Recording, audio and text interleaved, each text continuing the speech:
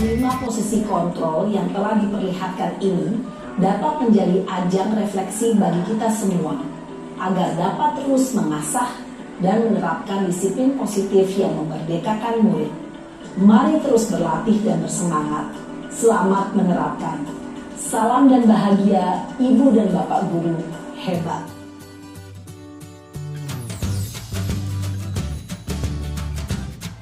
Jadi identitas gagal itu hukuman. Sesuatu yang menyakitkan harus terjadi. Tidak nyaman untuk murid atau anak untuk jangka waktu panjang. Kadang maaf cakap menurut kita kasar gitu ya. Kadang ke anak dalam gitu, enak dia, itu bisa jadi kepikiran. Korban mendapatkan keadilan, maksudnya gini, dia bertengkar nih luka. Akhirnya kita marahin anak ini, tuh lihat kamu.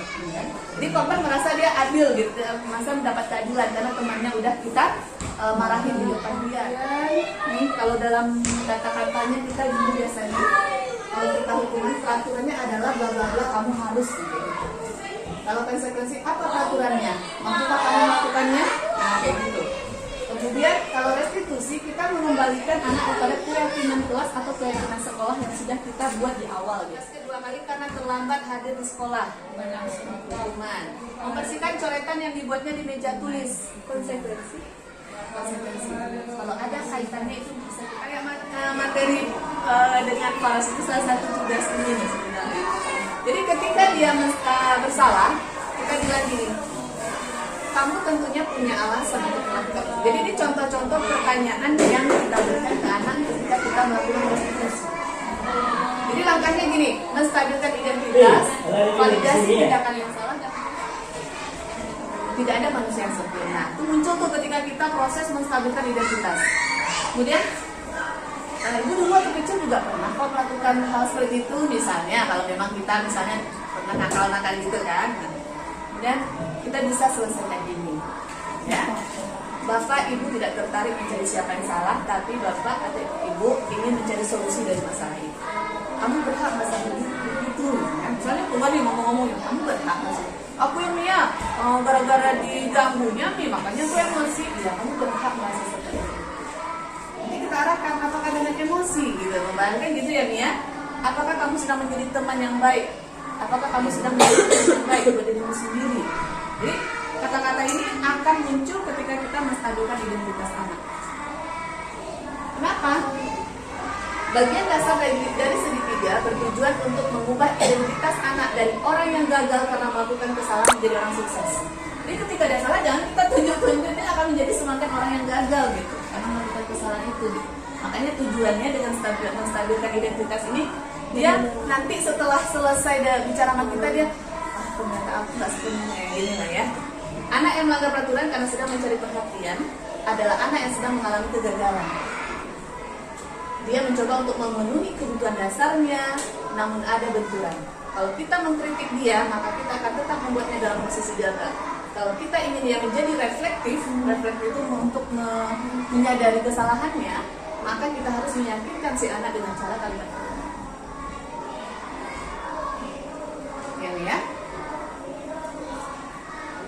Nah, kalau validasi tindakan yang salah, ini dia kalimat-kalimat yang bisa kita katakan. Tapi dengan nada tanpa menghakimi, maka kita akan memvalidasi kebutuhan ini. Misalnya gini kan, dia mukul. Sebenarnya kamu, dia mukul kan? Kamu apa kan tadi temannya? Kayak siapa kemarin maksudnya? Saya lempar dia sama balok. Sebenarnya kamu bisa kan melakukan yang lebih dari itu, tapi kamu tidak melakukan itu. Berarti kamu masih merasa bahwa kita, misalnya kamu bisa loh lempar dia dengan ini sebenarnya, tapi kamu masih dengan yang ini gitu misalnya. Jadi kita bilang apa, memvalidasi kesalahan itu, berarti kamu masih berpikir, masih inilah tidak melakukan hal lebih buruk dari itu gitu. Karena kamu pasti punya alasan mengapa melakukan hal itu. Jadi keluar tuh alasannya kenapa. Kamu patut bangga pada diri sendiri karena kamu telah melindungi sesuatu yang penting buat kamu. Iya, bilangnya aku kayak begini, kesinggung satu hukum ya. Jadi kamu berarti atau bilangnya nama ayah aku, dijanjinya ayah aku kayak gini ya. Berarti terus kamu melindungi ayah kamu menyayanginya, jadi kamu nggak mau orang tua kamu diejek. Itu kita munculkan yang itu dari kesalahan itu sebenarnya ada hal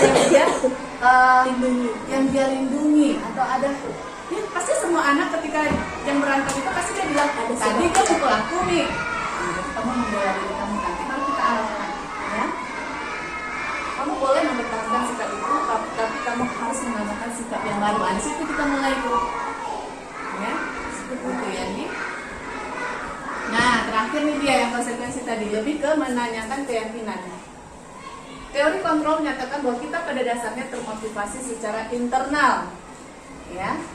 Jadi kita akan mengumpulkan nilai-nilai dia percaya dan berpindah kepada orang yang diinginkan. Maksudnya gini, apa yang kita percaya sebagai anak misalnya melakukan perkalian tadi ya, apa yang kita percaya sebagai keyakinan sekolah kita, nggak boleh bertingkat ini, misalnya kan? Nah, kamu tahu itu nggak boleh bertingkat. Apa nilai-nilai umum yang telah kita sepakati? Jadi kita arahnya ke sini nih, kayak yang konsekuensi itu. Iya, itulah dia. Memang kita gabungkan nanti akhirnya. Tapi panduan kita keyakinan kelas yang kita buat bersama di awal. Jadi sangat-sangat penting sekali di awal tahun ajaran baru kita membingkai kelas kita itu dengan sebuah keyakinan yang akan disebut. Jadi apa-apa nanti ada permasalahan kita balikkan ke sini. Inilah keyakinan di kelas kita. Jadi ini memang benar-benar kita ajak mereka. Di awal itu kita nggak boleh ujuk-ujuk langsung buat ini keyakinan sekolah kita sudah disusun sedemikian rupa, tidak tidur semalaman memikirkannya, enggak. Kita ajaknya sama-sama nih. Nah, contoh cara membuat keyakinan kelas itu ada kertas-kertas kecilan di sana itu. Udah kita kasih gitu kan. Nah, sekarang coba kamu tuliskan apa yang menurut kamu sebuah keyakinan kelas yang akan kita sepakati bersama. Ditulisnya nih, ditempelnya nih. Kertas apa namanya itu ya? Sticky note. Nah, gitu kan. Tempelnya tuh. Nah, nanti Umi tengok nih pasti yang sama. Yang sama benang-benangnya kita tarik gitu kan. Oh, ini berarti sama-sama kita ya meyakini bahwa di kelas ini banyak yang buat nih, ada 10 yang buat. Nah, kita sepakat bersama, kita yakini sebagai keyakinan kelas kita dalam setahun ini bersama Umi. Oke, ambil.